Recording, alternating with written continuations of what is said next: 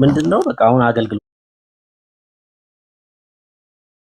ስለያዝነውና ኦርቶዶክሶች ይላኩ በጣም ቀላል አማርኛ ነው። ክርስቲያኖች አትላኩ እያስገባን እየጠየቅን ማውረድ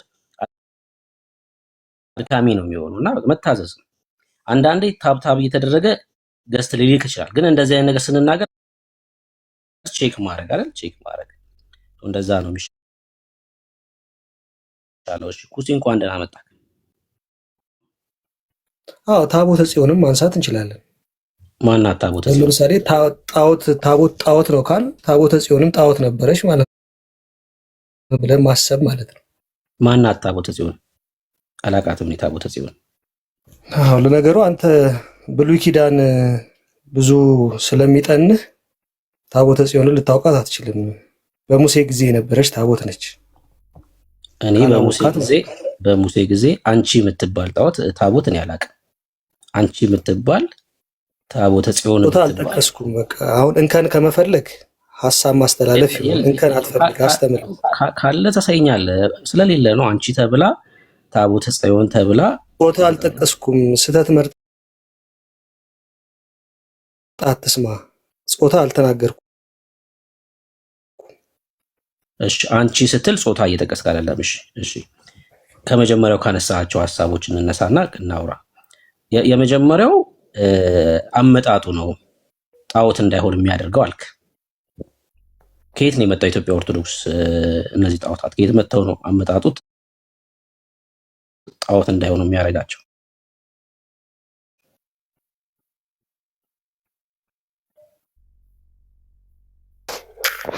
አንተ ደግሞ የኦርቶዶክስ ተዋህዶ ወይም ደግሞ ታቦት ጣዖት ነው የሚለውን ማስረጃ አምጣና አሳየኝ። ከዛ እኔም አቀርብልሃለሁ እኮ። አንተ ማስረጃ ከሌለክ ጣዖት ነው። መጽሐፍ ቅዱሳዊ ካልሆነ መጽሐፍ ቅዱሳዊ ያልሆነ ሁሉ ጣዖት ነው። በጣም ቀላል እኮ። መጽሐፍ ቅዱሳዊ ያለ መሆኑን አሳየኛ። ታቦት ጣዖት ነው የሚል ከመጽሐፍ ቅዱስ አውጣና አሳየኝ።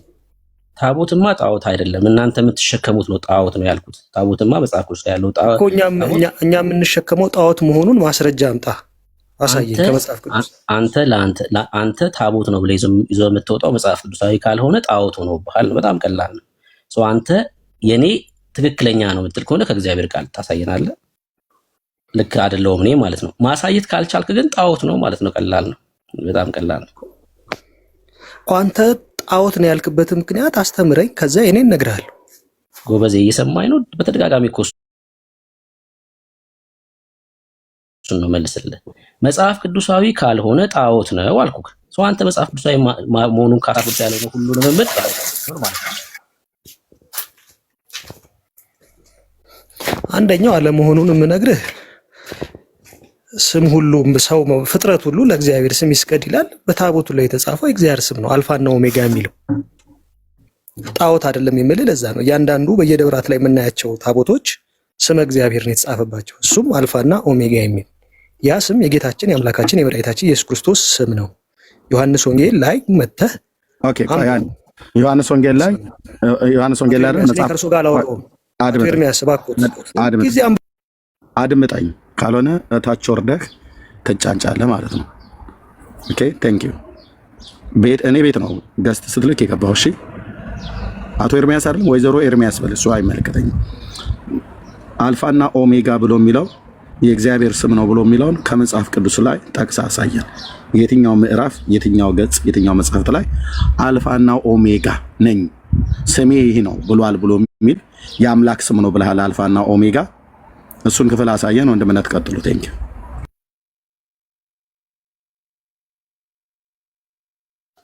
እሺ ኩስ ይቀጥል።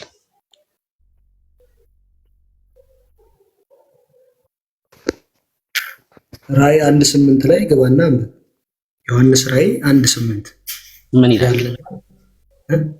ምን ይላል? ራእይ 1:8 ላይ እኮ አንብብልኝ አንተ። እኔ ያው መጽሐፍ ቅዱስ መግለጽ አልችልም። እሺ ችግር የለውም። እኔ አልፋና ኦሜጋ ነኝ አለ ጌታ ክርስቶስ ኢየሱስ።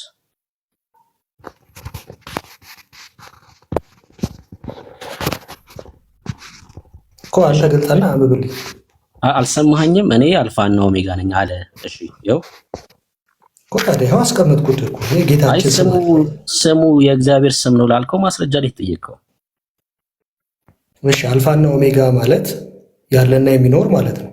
ስሙ ላልከው ማስረጃ አስተን ነው ያለ። ይሄው አንድ ዮሐንስ ራእይ ምዕራፍ 1 ቁጥር 8ን አንብብልኝ አልኩ። ምን ይላል? ዮሐንስ ራእይ 1:8 ላይ እኔ አልፋና ኦሜጋ ነኝ አለ። ያ ማለት ስሙ ነው ማለት ነው ስላልክ አንተ ስሙ አልፋና ኦሜጋ ነው የሚል አሳየን እኮ። ምንም እኮ ባህሪውን የገለጸበት ስም ነው ካልክ እሱን አሳየን ከእግዚአብሔር ቃል። ስምና ባህሪ ምንድን ነው ልዩነቱ እኮ አሳየን። በቃ ስሙ ነው ስትል ከእግዚአብሔር ቃል ላይ ተጠቀስኩልህ እኮ። ምዕራፍ 1 ቁጥር 8ን አንብብ። ዘጸአት 3:14 አልፋ ማለት ምን ማለት ነው? ያለ የሚኖር ማለት ነው። አልፋ ማለት ምን ማለት ነው? ጥንት የሌለው መጀመሪያ። የምን ፊደል ነው አልፋ? አልፋ የምን ፊደል ነው? ካልተሳሳትኩ የግሪክ መሰለኝ የመጀመሪያው ፊደል አይደል? አዎ። ኦሜጋ ማለትስ የመጨረሻ ፊደሉ ማለት ነው አይደል? የግሪክ ጌታ ያለና የሚኖር መሆኑን እየነገረን ነው እንጂ ስሙ ነው ማለት ነው። ባህሪውን ነገረን ማለት ስሙ ነው ማለት ነው ወይ ነው ጥያቄያችን። ስምና ባህሪ እሺ፣ አንተ ልጠይቅ የሃዌ ምን ማለት ነው? ለምን ትጠይቀኛለህ? ወዳጄ እየጠየቁ ለምን ትጠይቀኛለህ? አንተ ብቻ ተጠያቂ ማናረገህ ብዬ ነው እያስረዳው። ስህተት ነው ስላል የሃዌ ምን ማለት ነው? ጣዖቱ የኔ ስላልሆነ አንተ ነህ እኮ ልትመልስ የገባው። አንተ አልክ ጣዖት ስሙ መሆኑን ከእግዚአብሔር ቃል ላይ ያሳየን።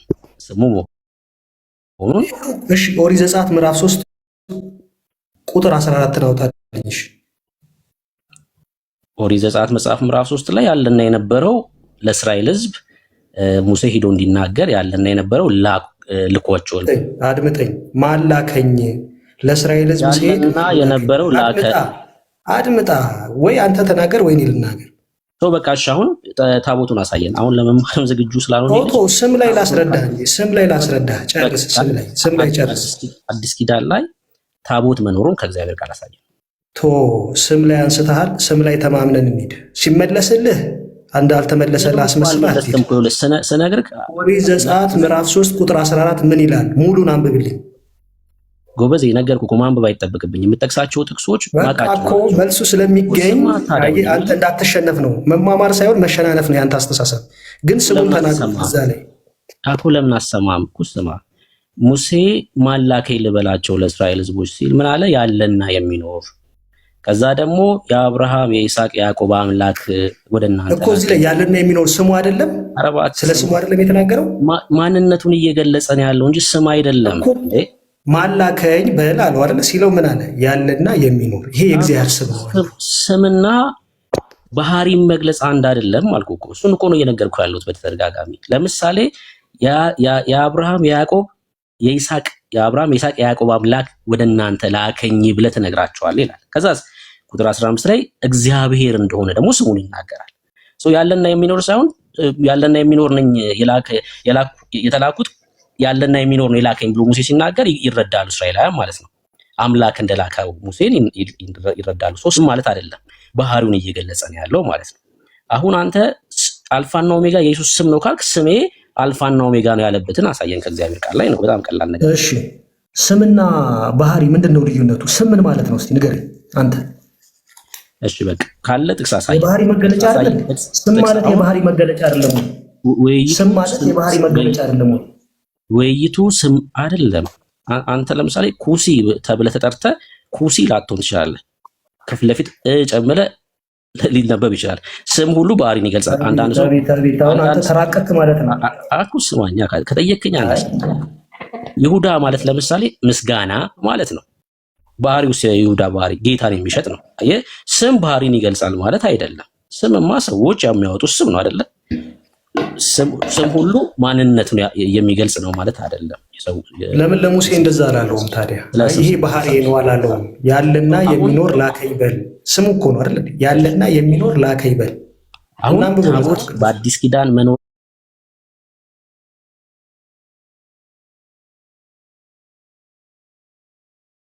ከእግዚአብሔር ቃል አሳየን። በቃ ይሄን ያህል ስለ ስም ከነገርኩ በጣም በቂ ነው። መጽሐፍ ቅዱሳችን ላይ በአዲስ ኪዳን ታቦት መኖሩን አሳየን።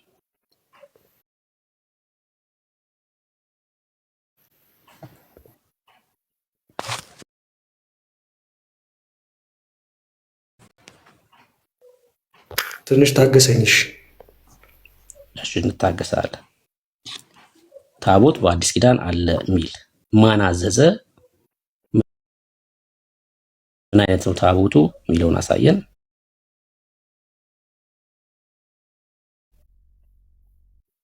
ጣዖት ብለን ከመጥራት እንቆጠባለን ያኔ ማለት ነው። ማስረጃ እስከሌለው ድረስ ግን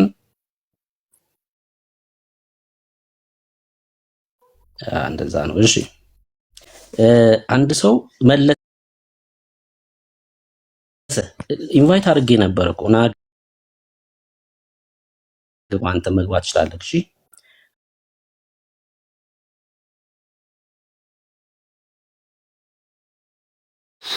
አይ እሺ ጣዖት እና ታቦት አይለይም አልኩህ እኮ አለን ያልከው ታቦት መጽሐፍ ቅዱሳዊ ከሆነ ጣዖት አይደለም የእግዚአብሔር ቃል ስለሚለው። መጽሐፍ ቅዱሳዊ ካልሆነ ግን ጣዖት ነው የሚለውን አረጋግጠን እንወጣለን አልኩህ። አሁን ታቦት በአዲስ ኪዳን መኖሩን አንተ ከእግዚአብሔር ቃል ያሳየኝ።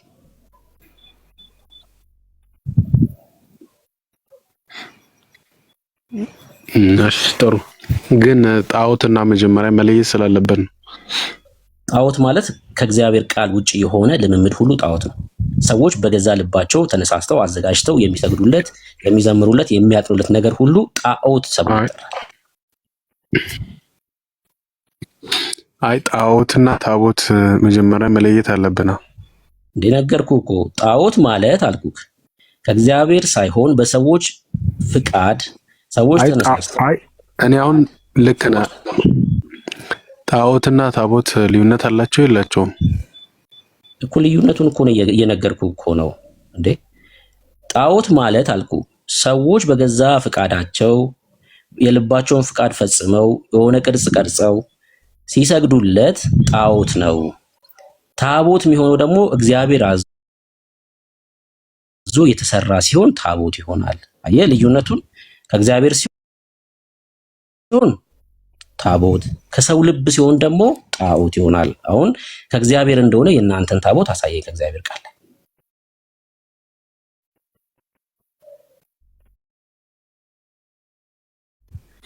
እሺ በመጀመሪያ ጊዜ ታቦትን የሰራው ማን ነው? ማለት አሁን ማስረጃ ነው የምትሰጠኝ የእናንተ መጽሐፍ ሳይሆን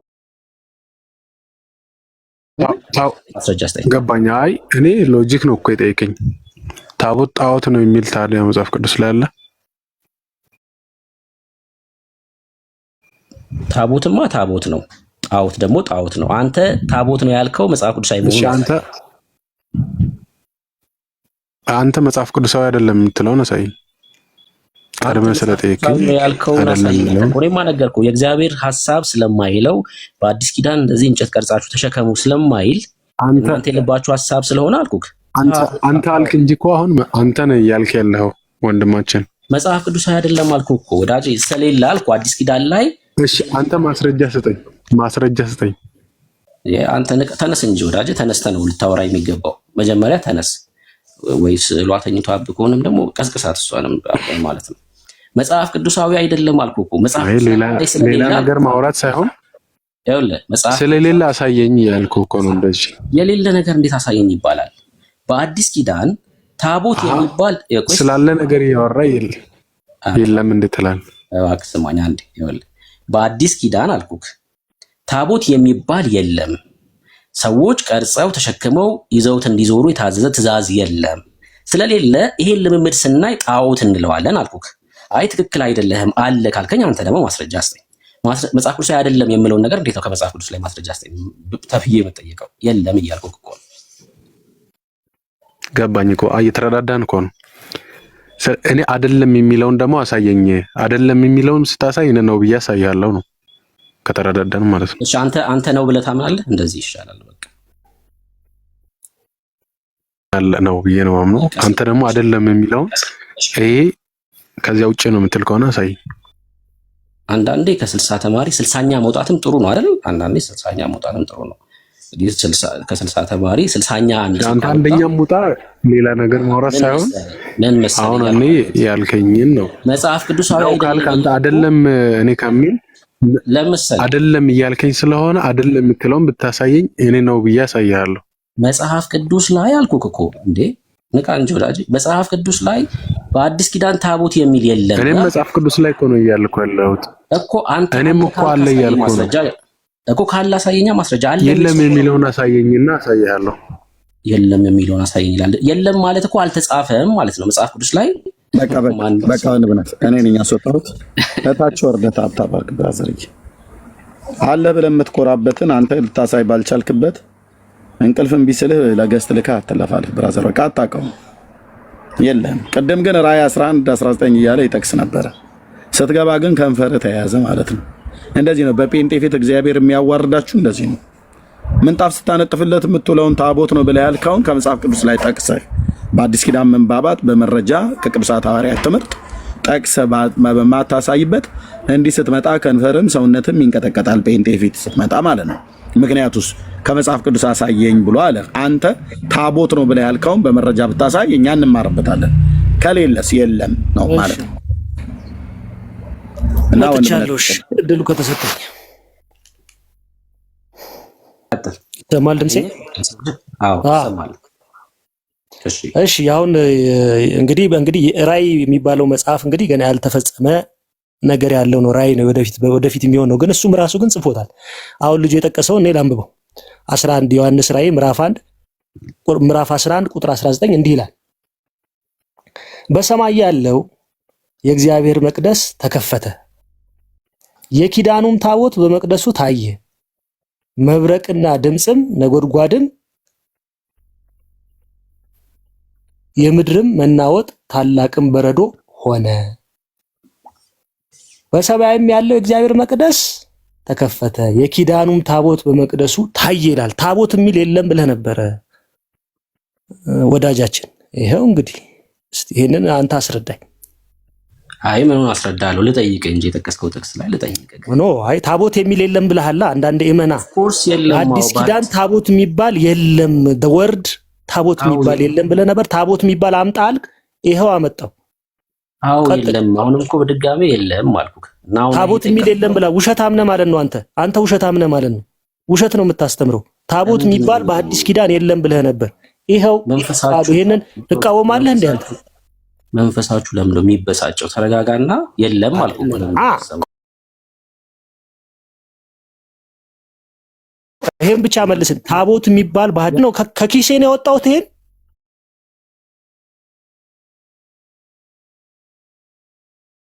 እኮ ስማህ። እሺ ልጠይቅህ፣ እዚህ ክፍል ላይ ልጠይቅህና እንድጠይቀኝ አልፈልግም። እኔ የለም እንድታብራርልኝ አልፈልግም። ውሸታም መሆንም መጀመሪያ እመን። ታቦት የሚባል የለም ብለሃል። ይሄ ሁሉ ህዝብ ይሰማሃል። ውሸታም ነኝ በል መጀመሪያ። ውሸታም ነኝ በላ ካልክ በኋላ ነው የምሰማ። ታቦት የሚባል በአዲስ ኪዳን የለም ብለህ ይሄን ህዝብ ዋሽተሃል። ዮሐንስ ራእይ ምዕራፍ 11 ቁጥር 19 ህዝቡ ሁሉ ያነበዋል። የውሸት ትምህርት ነው የተናገርኩት። ወይ ደግሞ በአንተ ያው ፕሮቴስታንትስ የግል ትርጓሜ ስለሚከተል ከኪሱ ስለሚተረጉም አይ ከግሌ ለመተርጎም ፈልጌ ነው ታቦት አይደለም ልሰርዘው በል። እሺ ጨረስ አውራኒው። ኧረ ምን ይጨርሳል? እኔ ነኝ ያስቆምኩት። አየህ ሊሰማህ እንኳን እድል እንኳን አሁን ሚዩት አርጉኝ። ያው የሚጸንናችሁ ነገር ሲሆን ሚዩት አርጉኝ። እኔ ያኔ ሰማኝ። ስርዓት አትይዝ። ስርዓት የሚባል የላችሁ ማለት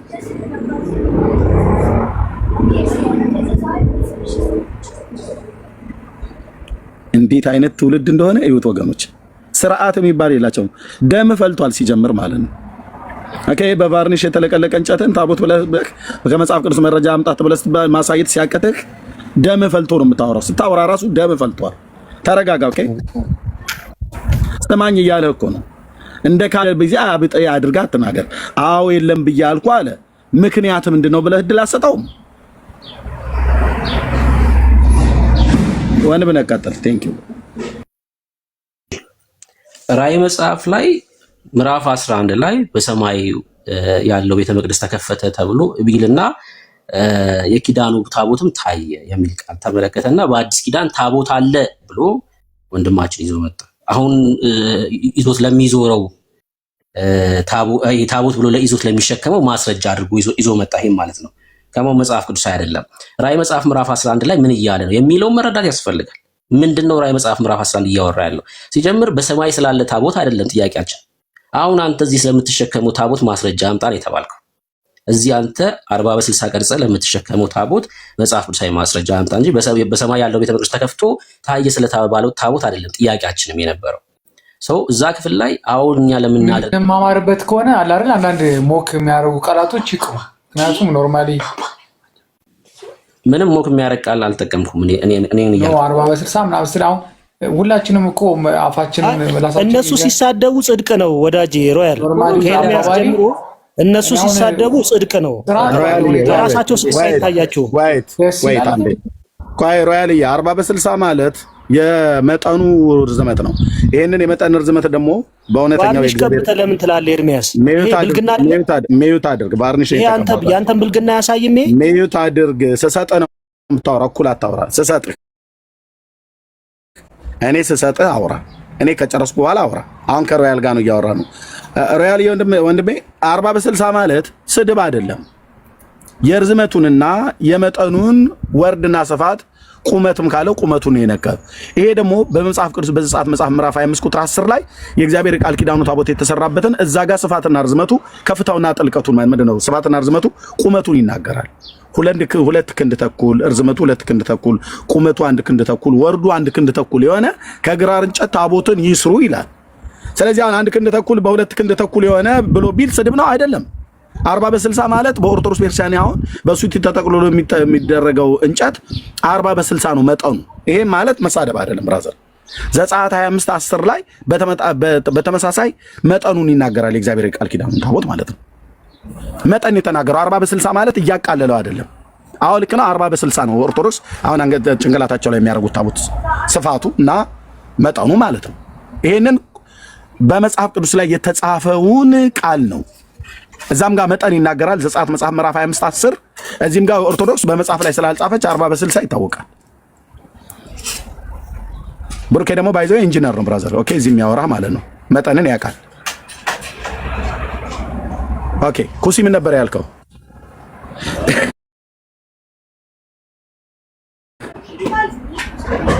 ምን ነበር የጠየቀኝ? የሆነ ነገር እያወራ ነበር። አሁን ማውራት ትችላለህ። ብዙ ጊዜ እናንተ ስትዘልፉ አይታያችሁም። ምኗ ለምኗ አይታያትም ይባላል። ምን ወደ አውቃይ አንተ የሻዋን አስታውስኩት ቫርኒሽ ብዙ ጊዜ ተሳደበ። አንተ የስድብ አለቃ ነህ። ቫርኒሽ የስድብ አለቃ ነህ አንተ አቶ ኤርሚያስ። አንተ አሁንም አድምጠኝ። የዘንዶ አፍ የስድብ አፍ ተሰጠው ይላል። ሜት አድርግ ዘንዶን እገልልሃለሁ ማለት ነው። አንተን ከዘንዶ አፍ ለማስተፋት የኔ ተራ እኮ ነው። አዳምጠኝ። ለምን ኮሚኒቲ አድርግ የጠየቅከውን አስታውሰኝ ነው ያልኩህ። አሁን አስታውስኩ። ቫርኒሽ ለቅለቃችሁ ብለህ ትላለህ አልከኝ። ስላስታውስኩት አስታውሰኝ ያልኩህ ለዚህ ነው። ከዛ ቀጥዬ ስሰጥህ ረጅሙን ታወራለህ የፈለከው ማለት ነው። ዘንዶ እባብ ያው ትወዳላችሁ። እሱን ከፈለክ እዛው ከዘንዶ ጋር ታቅፈህ ትኖራለህ። እኔ ግን ዘንዶን እረግጥልሃለሁ። እኔ ዘንዶ አፍ የተሰጠኝ ሳይሆን የጌታዬን አዳኝነት እንድሰብክ የተሰጠኝ አፍ ነው ያለኝ። ኦኬ እውነትን ጽድቅን ነው የምሰብከው ከወንድሞቼ ጋር። ኦኬ ቫርኒሽ ቀብታችሁ ብለህ ያልከው ኤርሚያስ ብለሃል አልከኝ። አዎ ብያለሁ። ላሳይህ እንዴ ቫርኒሽ የተቀባውን እናሳይህ። እንጨት ተጠርቦ ከተላገ በኋላ ሲለሰልስ ምን እንደሚቀባው ቫርኒሽ ነው። የኢትዮጵያ ኦርቶዶክስ ቤተክርስቲያን ቫርኒሽ ነው የሚቀባው። የብሉይ ኪዳኑ ታቦት ምን ነበር የተቀባው? ዘጸአት መጽሐፍ ምዕራፍ 25 ቁጥር 10 ላይ እዛው በተነገረበት ክፍል ላይ በውስጥና በውጪ በወርቅ ለብጠው ይላል። የብሉይ ኪዳኑ በወርቅ ነው የተለበጠው፣ የእናንተ ግን በቫርኒሽ ነው የተለቀለቀው።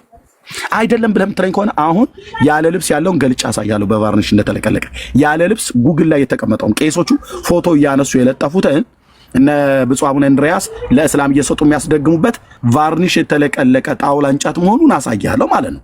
ጉግል ላይ ነው ያለው። እኔ አይደለም ያስቀመጥኩት፣ ዓለም እንዲያው አስቀምጠውታል። እና ቫርኒሽ ሳይቀባ ነው እንዴ ታዲያ ታቦት ብላችሁ የምትሉት? አይደለም። የብሉይ ኪዳኑ በወርቅ ነው የተለበጠው፣ በወርቅ ነው የተቀባው። የእናንተ ግን በቫርኒሽ ነው የተቀባው። ይሄን መናገር ነው አይደለም? ከየት አመጣው ኤርሚያስ? ፎቶ አሳያለሁ አሁን እዚህ ታቦታቱን ብለህ የምትለው ማለት ነው። ከጨርቁ ውጪ አሁን ይሄን እነሱ የተሸከሙት በጨርቅ አድርገው ነው። ከጨርቁ ውጪ ያለውን እርቃኑን ነው የተነሳውን አሳያለሁ። ቫርኒሽ የለበትም ብለህ ካልከኝ ያኔ እኔ እዚህ ህዝብ ፊት 900 ምናምን 1000 ሊጠጋና 1000 ሰው ፊት ውሸታም ነኝ ማለት ነው። ስድብ ነው ብለህ የምትለው የትኛው ነው ስድብ? 40 በ60 ማለት ስድብ አይደለም። ሮያልዬ እግዚአብሔርን ቃል ገና እያነበበ ስላላወቀው ነው መጠንን የተናገረው 40 በ60 ማለት። ቫርኒሽ መለቅለቅ ማለት ብሎ የሚለው የብሉይ ኪዳኑ በወርቅ ነው፣ የእናንተ በቫርኒሽ ነው። የብሉይ ኪዳኑ በሙሴ እጅ ነው የተነገረው መጠንና ስፋቱ ርዝመቱ፣ የእናንተ ግን በግምት ነው የተሰራው። ስለዚህ እንደ እግዚአብሔር ቃል ያልተጻፈ እንደ እግዚአብሔር ቃል ያልተሰራ ነገር በሙሉ ጴንጤ የሚስራው፣ ኦርቶዶክስ ካቶሊክ የሚስራው፣ ቡድሃ ሂንዱዝም የሚስራው ማንም ጣዖት ነው። ለምን ጴንጤዎች አይሰሩም አልኩ? ጣዖት ነው። እንዴት ያለ እግዚአብሔር ቃልና የሰራው ያ ፓስተር ሰርቶ ከሆነ ሙሉ ወንጌል ብሰራ ጣዖት ነው የሰራችው። ማን አዘዛት እንድትሰራ ሙሉ ወንጌልን? ታቦት ስሪና በዚህ በቫርኒሽ ለቅልቀሽ በልብስ አልብሰሽ አስወጪ አስገቢ ማን አላት?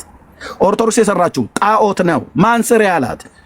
እስራኤላውያኖች እኮ ሲሰሩ ሙሴ በተራራ ላይ 40 ቀን ቆይታ በነበረበት በእግዚአብሔር ፊት ስብሰባ ተደርጎ በነበረበት በኮሬብ ሕግን ተቀብሎ ትእዛዝን ተቀብሎ ነው በተራራው እንዳሳየው ምሳሌ ለማድረግ ተጠንቀቁ ብሎ አለው ይላል።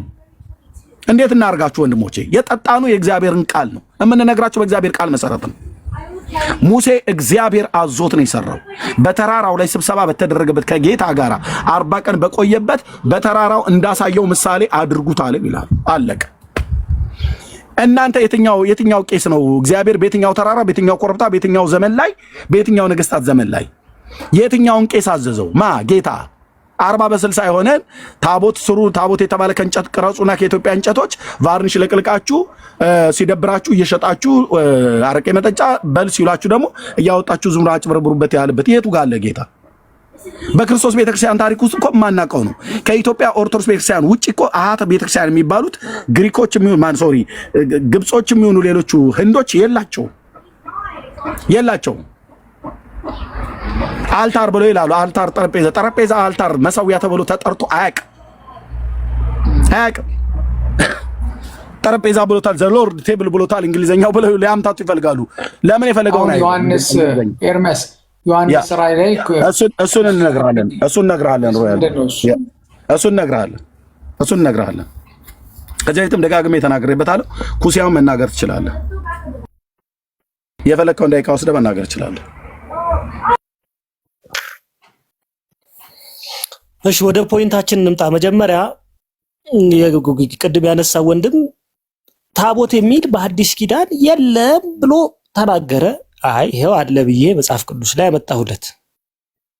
እንግዲህ ራእይ የብሉይ ኪዳን የሐዲስ ኪዳን መጽሐፍ ክፍል አይደለም ካላችሁ ነገሩን ከዛ ቀጥላችሁ ምን አላችሁ? አይ በሰማይ ነው የሚለውን ደግሞ ሌላ ከዛ ደግሞ ወረዳችሁና ከርዕስ ወጣችሁ ደግሞ አሰራሩ ላይ መጣችሁ። ሲጀምር ቤዚካሊ የታቦትና የጣዖት ልዩነቱ አይዲዮሎጂ ስነ መለኮታዊ ኮንሰፕቱ ራሱ አይገናኝም። እናንተ ጸረ ኦርቶዶክሳውያን ኦርቶዶክስ የምትባል ቤተክርስቲያን የእግር እሳት ስለሆነችባችሁ ስርዓቷን፣ ቅዱሳኖቿን ሁሉ መተቸት ትወዳላችሁ። ግን እናንተ ሳትፈጠሩ የነበረች ቤተክርስቲያን ነች፣ አትጠፋም። ሁልጊዜ የእግር እሳታችሁ ስለሆነች ደስ ይለኛል። ጣዖት ምንድነው? ከዚህ በፊት በብሉይ ኪዳን የነበሩ ጣዖት ተብለው የተጠሩ ምንድናቸው? የሚያድርባቸው ሴጣን። ግልጽ እኮ ነው። ብርሃን ከጨለማ እንደማይገናኘው ታቦትና ጣዖት አይገናኙም።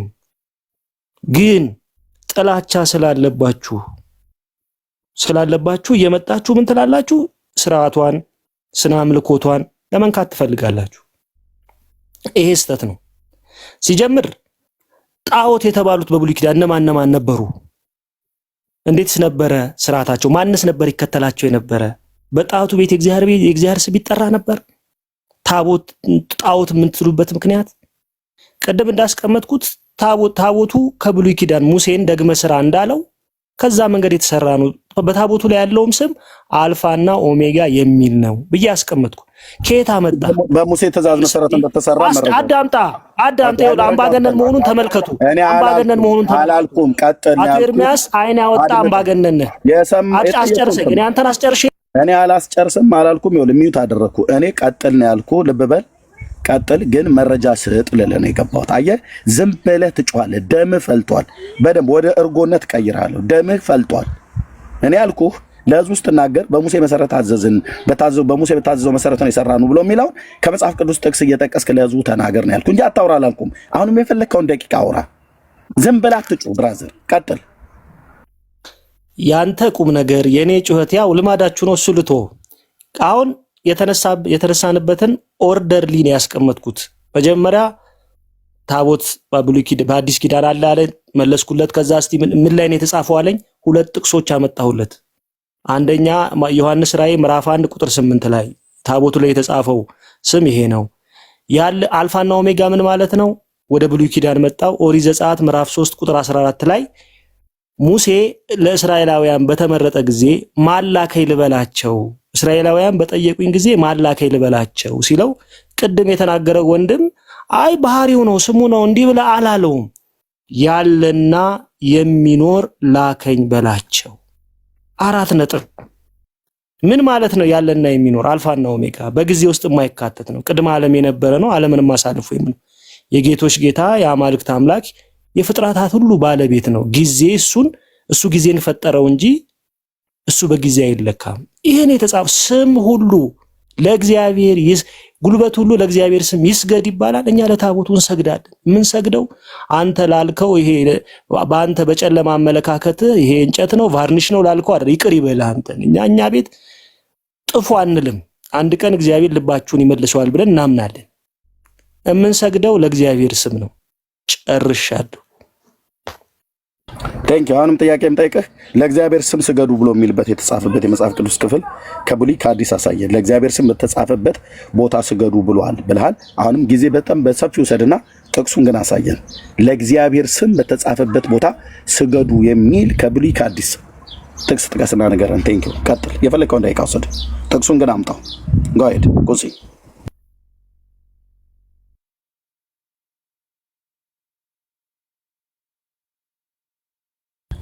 ሰጥቻለሁ። ሚዩት ነህ። ቀጥል። ለእግዚአብሔር ስም ስገዱ ብሏል ብለሃል። የቱ ጋር ነው የተጻፈው? ከ66ቱ መጽሐፍት ላይ አንዲት ቦታ አሳይ። የትኛው መጽሐፍ የትኛው ኪዳን ላይ ምዕራፍ ስንት ቁጥር ስንት? አፍት ነው መረጃ በለፈለፉ ይጠፉ ይላል የሀገሬ ገበሬ። አፍት ነው ኩሲ ተናገር እንጂ እንዴ! ያው እኮ ሰጣው 1000 ሰው እየሰማ ነው። የእግዚአብሔር ስም ባለበት ስገዱ ብሏል እያላችሁ አራት በአስር በሆነ ወይ ደግሞ መጽሐፍ ቅዱስ ለምንም ጉልበት ሁሉ ለእግዚአብሔር ስም ይስገድ የሚል የለም። የት አለ? የቱ ጋር ለእግዚአብሔር ስም ይስገድ ብሎ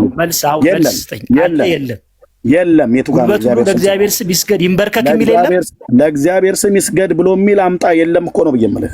አምጣ። ጉልበት ሁሉ ለእግዚአብሔር ስም ይንበርከክ የሚል የለም አለ። የለም ማምጣ እኮ ነው ብየምልህ። አማርኛ አሰማም እንዴ? የለም። መጽሐፍ ቅዱስ ስልኬ ላይ ነው።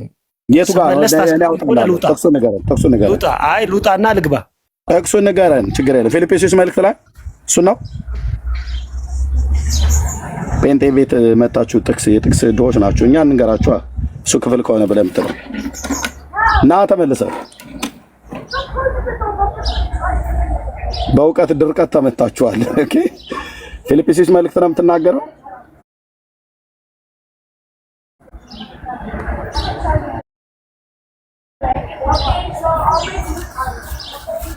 ለእግዚአብሔር ስም ይስገድ ይላል።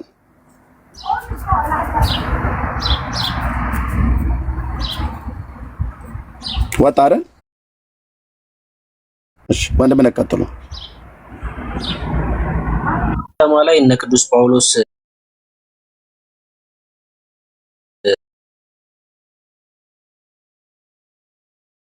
አሁንም እየሆነ ያለው እናንተ አሁን የመጣችሁ እኛ ቀደምት ነን አትነካም ታቦታችን። ልክ እንደዛ ነው ጩኸቱ ማለት ነው። ማስረጃ የሌለው ነገር ግን መጽሐፍ ቅዱሳዊ ያልሆነ ነገር ግን ፉከራ ብቻ ሽለላ ብቻ ከእግዚአብሔር ቃል ላይ በአዲስ ኪዳን ታቦት የለም። ኦፍ ኮርስ አዎ ራእይ መጽሐፍ ላይ የሰማይ ቤተ መቅደስ ተከፈተ። ከዛስ የኪዳኑ ታቦት ታየ። ከሞን ብራዘር እኔ በአዲስ ኪዳን አንተ ተሸክመ እንድትወጣው የታዘዘ ታቦት የለም ነው እያልኩ ያለሁት። ለሱ መጽሐፍ ቅዱሳዊ ማስረጃ አምጣ ነው የጠየኩህ። ታቦት የሚል ቃል በአዲስ ኪዳን አሳየኝ አይደለም ያልኩህ። አልታሳየኝ አችልም አይደለም ያልኩህ። አንተ የተሰጠ ትእዛዝ የለም። ታቦት ብለህ ተሸክመ እንድትወጣ የታዘዝከው የለም ነው። በኤፌሶን ከተማም ይሄ ሆኖ ነበር እያልኳችሁ ነው። ሁከት ተፈጥሮ ነበር። አርጤምስ አሁንም ታቦቴ እንደዛ ነው። ታቦቴ ወዳጄ ታቦቴ የምትለው መጽሐፍ ቅዱስ አይደለም ነው እያልኩ ያለሁት። በሽለላ አይደለም። እናንተው መታችሁ እናንተ ቅድም መታችሁ እንዴ! ጌታ ይባረክ። የእግዚአብሔርን ቃል በተረዱ ሰዎች ወደ እግዚአብሔር መንግስት መተናል። ወደ እግዚአብሔር መንግስት መተናል። ቅድም በደጋግሜ ብያለሁ። እድሜ ማስቆጠርክ አሮጊት መሆንክ ወደ እግዚአብሔር መንግስት የማያመጣ ከሆነ ምንም ጥቅም የለውም። ሽማግሌ መሆን ለኢትዮጵያ ብርሃን እስካልሆንክ ድረስ ወንጌል እስካላደረስክ ድረስ ምን 7000 ዓመት 6000 ዓመት እያልክ ብትጠራ ምን ትርጉም አለው? ሰዎች ወደ ህይወት ያልመጡበት ስፍራ ሆኖ ማለት ነው። ባረጀ ቁጥር እንደውም ለሰዎች ሸክም ነው የምትሆነው። ሸክም ነው የምትሆነው። ነገራችን ላይ ግን ምን አለ መሰለህ ኖርማሊ አንድ የተረዳሁት ነገር ምንድነው? ለምሳሌ መጽሐፍ ቅዱስ አሁን እዚህ ከሚገቡ ሰዎች የተረዳሁት ነገር አሁን አንዳንዶቹ ስራዬ ብለው የሚያነቡ ናቸው አይደል? እንደኔ አይነት ደግሞ ዝም ብሎ አንብቦ ማቅ እኔ አሁን ለምሳሌ 2 ወር አይሞላኝም መጽሐፍ ቅዱስ ለመጀመሪያ ጊዜ በህይወቴ ገልጬ ያነበብኩት ማለት ነው። ይኸው ተመልሼ መጥቻለሁ። ሮሜ 14 11ን አንብቡልኝ። ይቅርታ ግን ስላቋረጥኩ ሮያል። አረ ችግር የለም እንግዲህ አምጣልኝ ብሎኛል አቶ ኤርሚያስ። ሮሜ 14 11ን ያንብብልኝ እርሱ። ለምን ራስህ አታነበው? ይንበርከክ የሚል እሺ። ኧረ ምን ችግር አለ? አትቆጣ፣ አነብልሃለሁ። ኦኬ እንዲህ ይላል 11 ሮሜ 14 11 አንብብልኝ። ራሴ ያነበዋለሁ። አይ አንተ አታንብብልኝ፣ እኔ ራሴ ያነበዋለሁ። ይቅርታ። ሮሜ 14 11 እንዲህ ይላል እኔ ሕያው ነኝ ይላል ጌታ፣ ጉልበት ሁሉ ለእኔ ይንበረከካል። እደግመዋለሁ። ሮሜ የቅዱስ ጳውሎስ መልእክት ወደ ሮሜ ሰዎች እኔ ሕያው ነኝ ይላል ጌታ፣ ጉልበት ሁሉ ለእኔ ይንበረከካል፣ ምላስም ሁሉ እግዚአብሔርን ያመሰግናል ይላል። ጌታ ለእግዚአብሔር ስም ይስገዱ ብሎ ያለው ይሄ ደግሞ አትጩህ። የት ነው ያለው? ፓራፍሬዝ አድርግና ይሄ አይልም ብለህ የት ነው ያስከው ብዬ አትጩህ። አልጮኩም። አንተ ራስህ አትጩህ። አልጮኩም። ቴንክ ዩ። የምታወራው ከጴንጤ ጋር መሆኑን መርሳት የለብህም። ጴንጤ ትላንት የመጣ እኮ ነው፣ አፈንግጦ የወጣ የሉት አፈር እያስላስናችሁ እኮ ነው። በዓለም አደባባይ ላይ 1700 ዓመት ተጎልታችሁ ክርስትናችሁ አይደለም ውጭውን ሀገር ጎረቤትን ሊነካ አይደለም ራሳችሁን እንኳን ያላስተማረ ይሄ አፈር ደቼ እኮ እየጋጥክ ነው በጴንጤ ማለት ነው። ትናንትና በመጣ ጴንጤ ሚውት አድርግ፣ አብራራልኝ። ይሄን ስልኩን ተውና አብራራው። ይሄን ሚውት አድርግ። ኦኬ ሚውት አድርግ። ሄዳ መጣ አይደለ? ሮሜ መጽሐፍ ምዕራፍ 14 የአምላካችን እግዚአብሔር ቃል ቁጥር 11 እንዲህ ተብሎ ተጽፏልና እሱ ምን ነበር ያለው? መላስ ሁሉ ለኔ ስም ጉልበት ሁሉ ለኔ ስም ይስገድ ብሏል ጌታ አለ። ለኔ ስም ይስገድ ብሏልና እኛ በጠረብነው እንጨት ላይ የእግዚአብሔርን ስም ስለጻፍንበት አልፋ ቤጣ አልፋ ወኦ ብሎ የሚል አልፋ ወኦ አልፋ ቤጣ ማለት አልፋና ኦሜጋ ማለት በሙሉ እነዚህ የግሪክ ሆሄያትና ቃላቶች ናቸው እንጂ የጌታ ስም ነው ብሎ ያለ አንድ ነብይ አንድ ሐዋርያ እፊት ያትማት አታመጣም አልኩ። እንኳን አንተ ቀኝና ግራን ጆሮን ማጣቅ ሄድና መጋቢ ብሎና አዲስ ነው ብለው የሚሉትን ጠራ። አንድ ቦታ አታሳዩንም። የጌታ ስም አልፋና ኦሜጋ ነው ብሎ የሚል የለም። መጀመሪያና መጨረሻ ነው። አልፋና ኦሜጋን እንኳን ራሱ አታውቅም። የግሪክ ሆሄያት ነው። ሚዩት አድርግ። ራይ 1:8 አውጣና እንዳትገባ ሚዩት አድርግ። እንዳትገባ ስጨርስ ነው የምትገባው። ኦኬ የምታወራውን በመጀመሪያ እስኪያስነጥስ ድረስ ልንገር እንጂ ሮሜ መጽሐፍ ምዕራፍ 14 ቁጥር 11 እንዲህ ብሎ ተጽፏልና እኔ ሕያው ነኝ ይላል ጌታ፣ ጉልበት ሁሉ ለእኔ ይንበረከካል እንጂ ለእኔ ስም ይንበረከካል ይላል አይልም። ከየት ነው ያመጣው ስም ብሎ የሚለውን? ከየት ነው ያመጣው? ቅድም ስም ስትል ነበር አይደል? ለጌታ ስሜ በተጻፈበት ተንበርከኩ ብሏል ብለህ ጣውላ እንጨት ፈልጠ እንትን አዘጋጅተህ ጠርበህ ቫርኒሽ ለቅልቀህ አምጥተህ በሱቲ ይጠቅልለህ ህዝብ ስገዱለት ብለህ የምትለው ማለት ነው። ከየት ነው ያመጣው? ከየት ነው ያመጣችሁት? የት አለ ስም ብሎ የሚል?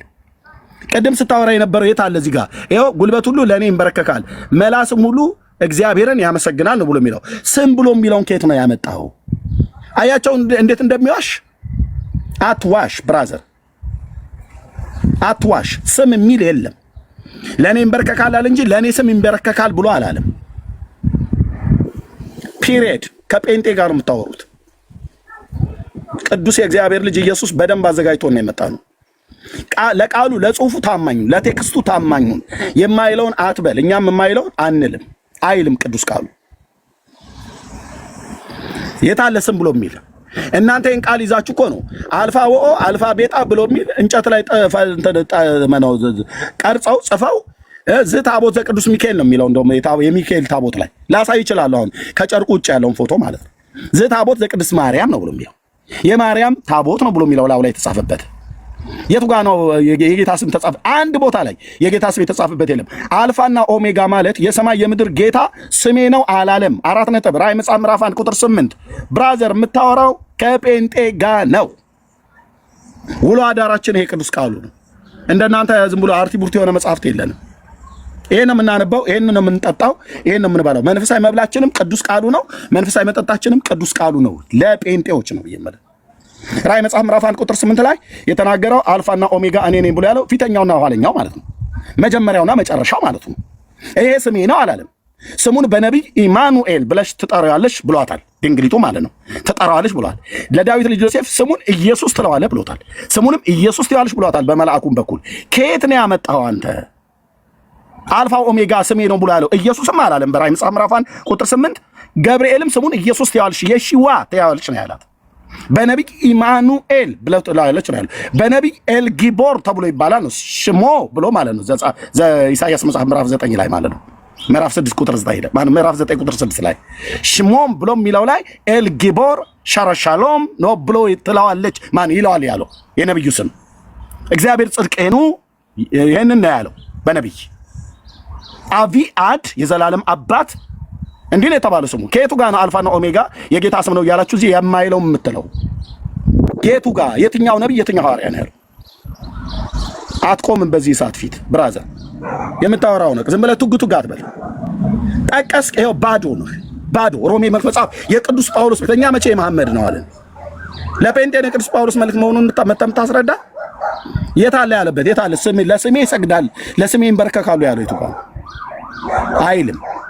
ቢልም እንኳን ቃሉ እናንተ ለምትሉት ታቦት ብላችሁ ለምትሉት እናንተ እንዳልኩ በተቀረጸ 40 በ60 በሆነ እንጨት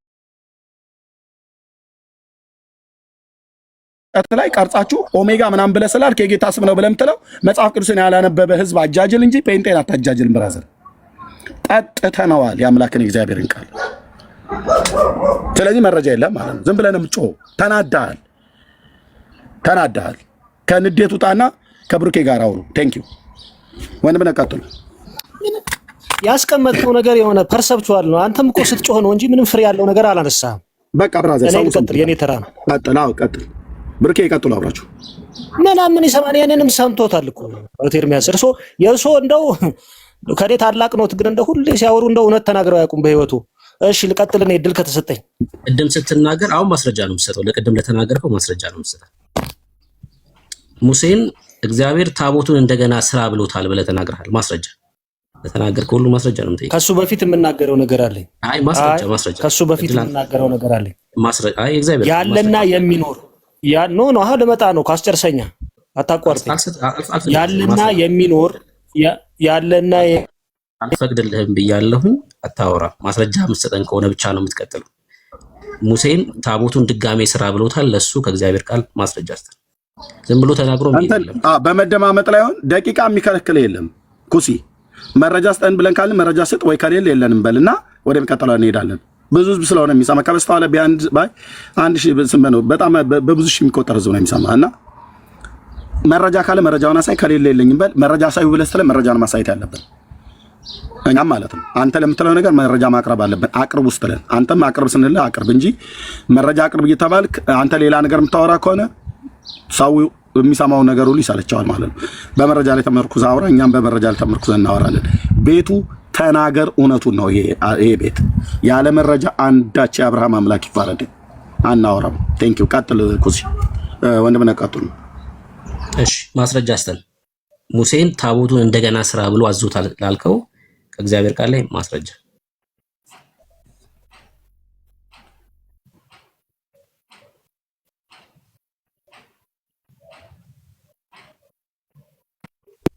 እኔ አንተ ባልከው ጥያቄ መሰረት አይደለም መልሰው። ከኤርሚያስ ጋር የነበረን ሐሳብ ተማምነን በልዩነትም ቢሆን ከተለያየን የሐሳቤን ገልጬ ነው እንትን ብሎ እንጂ ተጣጣረቀኝ ከሆነ የእናንተ ቤት ከሆነ ለቅቄ ልውጣ።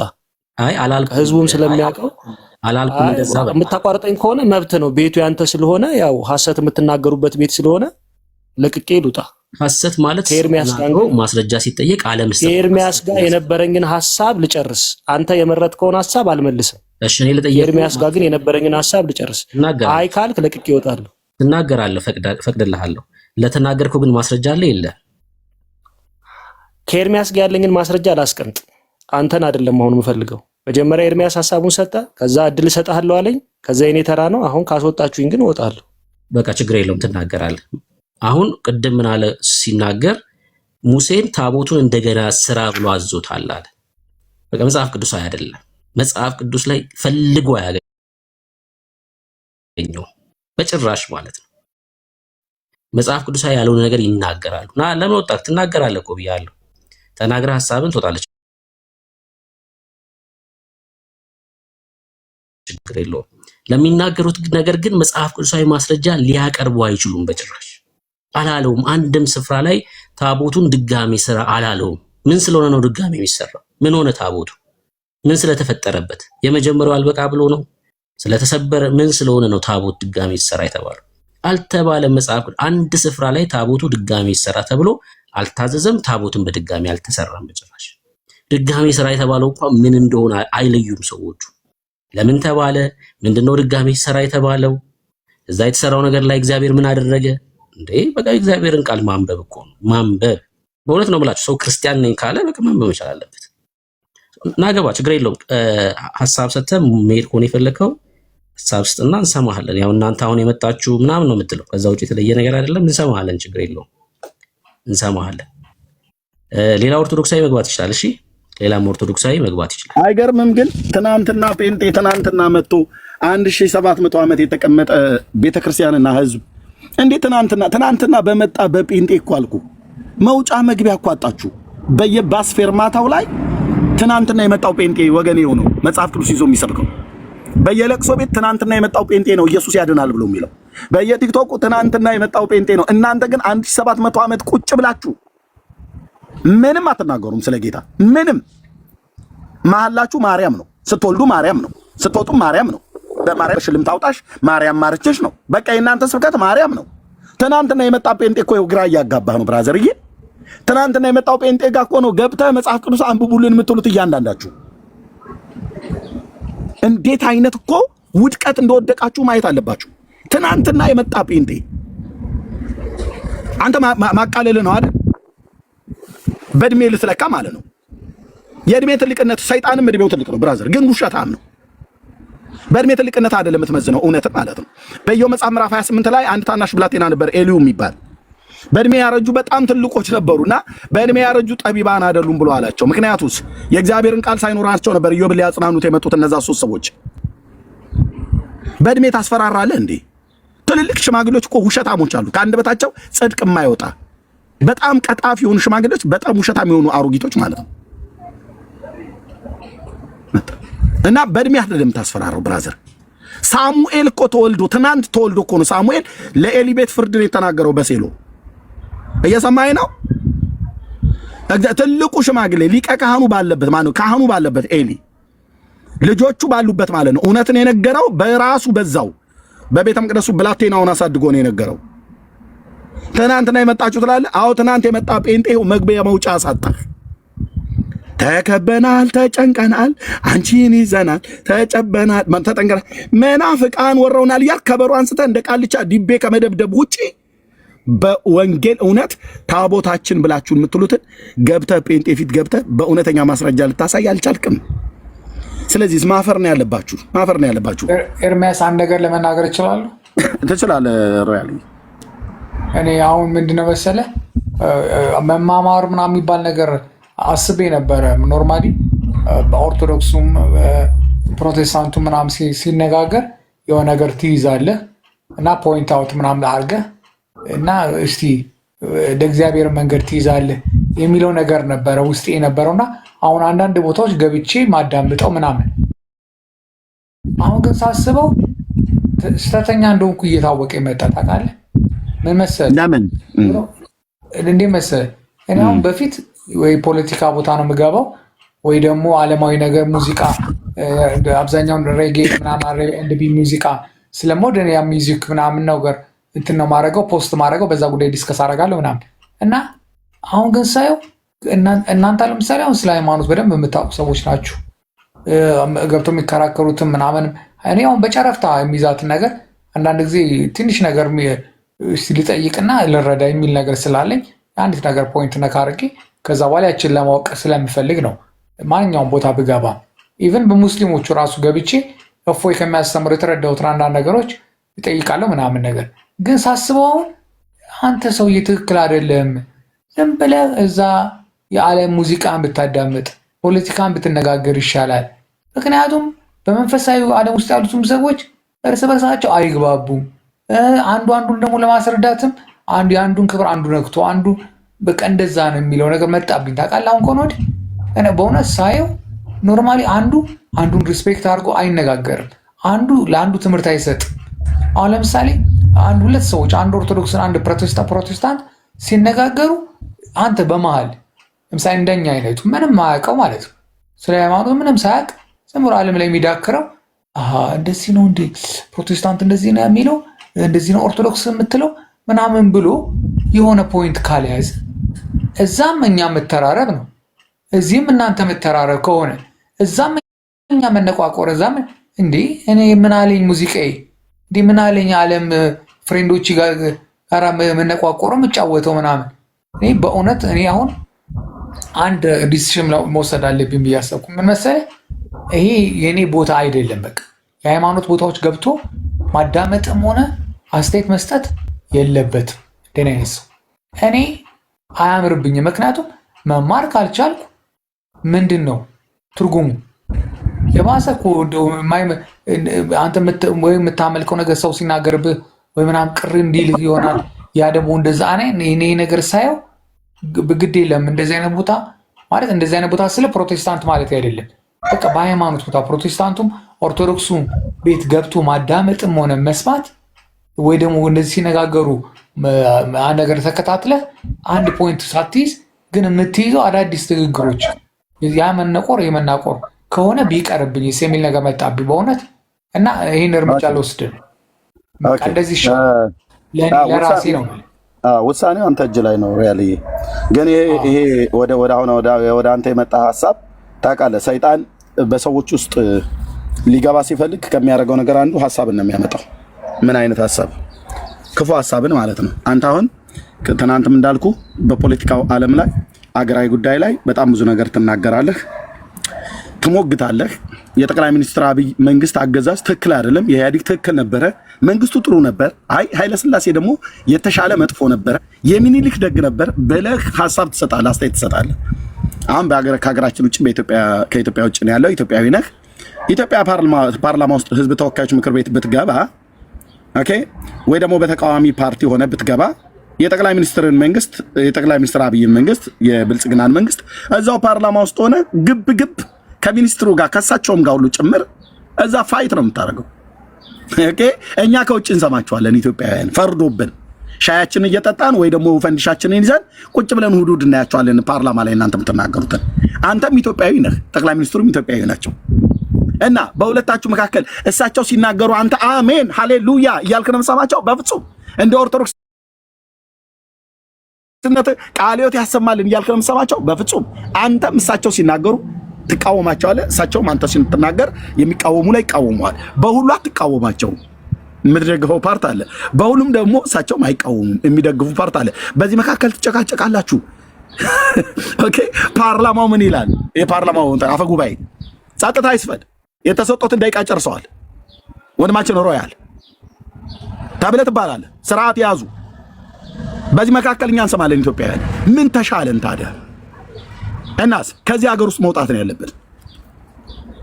እኔ የኢትዮጵያ ጉዳይ አይመለከተኝም ማለት ነው እንላለን? አንልም። አንተም ስትናገር እንሰማለን፣ እሳቸውም ሲናገሩ እንሰማለን። ጥሩ ምሳሌ የሚሆነው ይሄ ስለሆነ በዛ ንግግር ውስጥ በዛ ፍጭት ውስጥ አንተም ትማራለህ ከእሳቸው፣ እኛም እንማራለን። ማለት አንተም ትማራለህ ከእሳቸው፣ እሳቸውም ከአንተ ሊማሩት የሚችሉት ነገር የሚወስዱት ነገር ሊኖር ይችላል። እናንተ እርስ በርሳችሁ ስትፋጩ፣ እኛ ግን እንሰማለን። ሰምተን የምንማረው እንማራለን። ኦኬ፣ ይሄው ነው። እዚህ አንድ ኦርቶዶክሳዊና ጴንጤዎች እዚህ አለ። እኔና ብርኬ ገቡ። እስካሁን ያለው ኦርቶዶክሱ መረጃ አምጡ ብለናል። መረጃ እናሳይም ነው እና መረጃ እናሳይም ትናንትና መታችሁ እያለ ማቃለል ጀመረ ማለት ነው። አየህ፣ ትናንትና መታችሁ እቺን ቤተክርስቲያን ልታፈርሷት አለ። የምን ቤተክርስቲያን ማፍረስ ነው? ትምህርቱ ትክክል አይደለም ነው ብለን ያለው። ትምህርት ትክክል አይደለም ብሎ ማለት ትምህርትን በትምህርት ነው መሞገት፣ እውቀትን በእውቀት ነው መሞገት። መልስ ሲያጣ ፖለቲካ ሊሰራ ገባ ማለት ነው። እቺን ቤተክርስቲያን ብራና ዳምጣ ቀለም በጥብጣ አገር የሰራች ምናምን ነገር ይላል። እኛ መቼ እሱን ካድ? እኛ እያልን ያለ ነው በጣዖትና በታቦት መካከል ያለው ልዩነት ንገሩን ነው። እድሉን ለእናንተን ይሰጠኑ ለኦርቶዶክሳውያኑ።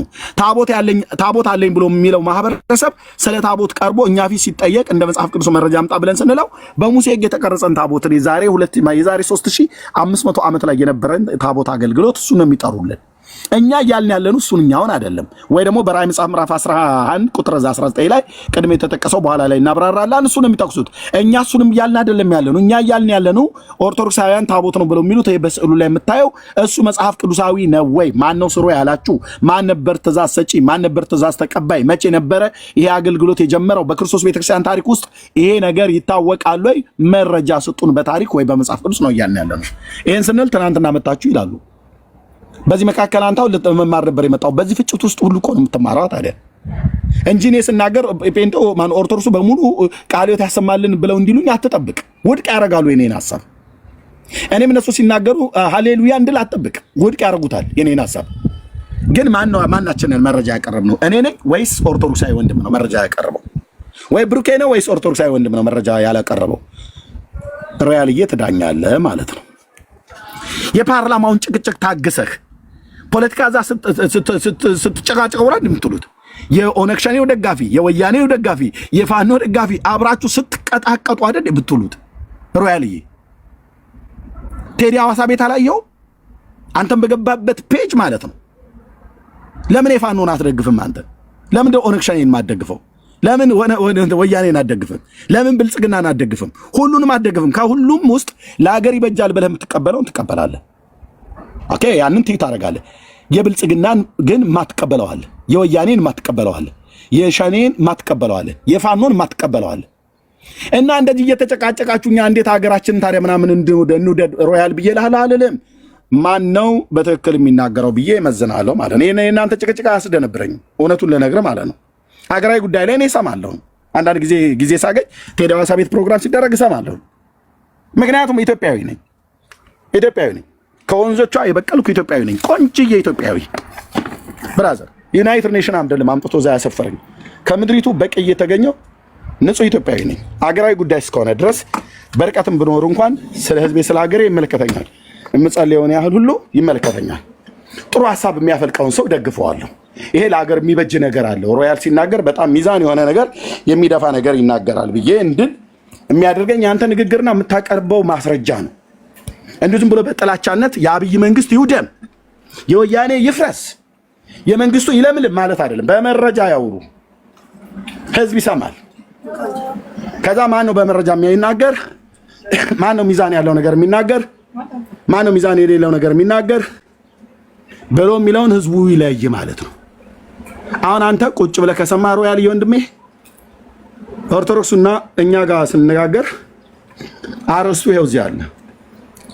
በምን ላይ ነው አውሩን ብለን? በመረጃ ላይ ነው። እኛም ሲጠይቁን በመረጃ ነው መመለስ ያለብን እስከማውቀው ድረስ እኔም ወንድሞቼም ማለት ነው። እዚህ ቤት በመረጃ ላይ የተደገፈ ማለት ነው። ህዝብ የሚያየው ቪዲዮ ከሆነ ቪዲዮ ከፍተን እናሳያለን፣ መጽሐፍ ከሆነ መጽሐፍ ከፍተን እናሳያለን። ታውቃለህ፣ እዚህ ቤት ሮያል ዛሬ አይደለም እኔ እናንተ የምንተዋወቀው። ስለዚህ ማን ነው በትክክለኛ መረጃ ታዲያ እየተናገረ ያለው ብሎ የሚለው ትዳኛለህ ማለት ነው። እንደዚህ አይነት ሀሳብማ ከመጣብህ ከዚህ ትተወጥተህ እዛው ፖለቲካ ውስጥ ብትገባ እዛው ፖለቲካ ውስጥ እኮ ትደባደባላችሁ። ክብረ ነክ የሆነ ነገር ይሰድብሃል። አንተ አማራ ብትሆን በአማራነት ጥንብርኩስን አውጥቶ ይሰድብሃል። ኦሮሞ ብትሆን በኦሮሞነት ጥንብርኩስን አውጥቶ ይሰድብሃል። ትግሬው ቢሆን አንተ ጥንብርኩስን አውጥተህ ትሰድበዋለህ። ሲተሰዳደቡ እንሰማለን። አገራዊ ጉዳይ እንነጋገራለን ብለው ህዝብን ክብር የሚነካ ነገር ይሳደባሉ። እንደነኛ አይነቶችን ስሜታዊ ታወርድና በአግባቡ የአማራ ፖለቲካ ላይ የተሳተፉ የኦሮሞ ፖለቲካ ላይ የተሳተፉ ትግራይም ይሁን ኢትዮጵያዊ ነውና በኢትዮጵያ ፖለቲካ ላይ የተሳተፉትን ትናገራለህ ማለት ነው እንጂ እዛ ሲቀጣቀጥ አይደል የሚውለው። አማራ፣ ኦሮሞ፣ ትግራይ እያለ ሲሳደብ ሶሻል ሚዲያ እኮ ነው እንሰማለን። እነዚህን ተሳዳቢዎቹን ታወርዳቸዋለህ ማለት ነው። ህዝብን እንደ ህዝብ አክብሩ፣ አትንኩ በሚል ማለት ነው። ህዝብን እንደ ህዝብ ምን በሉ? አክብሩ፣ አትንኩ።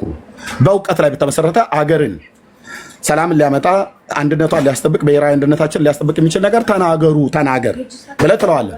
ቤቱ ላይ አልመራም እንደዛ አልመራም ብሎ ካለ ታይታ ወርደዋለህ ማለት ነው። አሁን ታች እንደማወርደው አለቀ። እና እኔ ውሳኔ የራስ እጅ ላይ ነው ያለው። ለምንድን ነው ይሄንን ሰምተህ የምትሸሸው? እንደው ሌላ ሰው ኤርሚያስ ቴንክ ዩ ለእኔ ብለህ ነው የነገርከኝ። ልክ ነህ። አንዳንዴ ሰይጣን ቀስ ብሎ ሽክ ይላል አይደለ?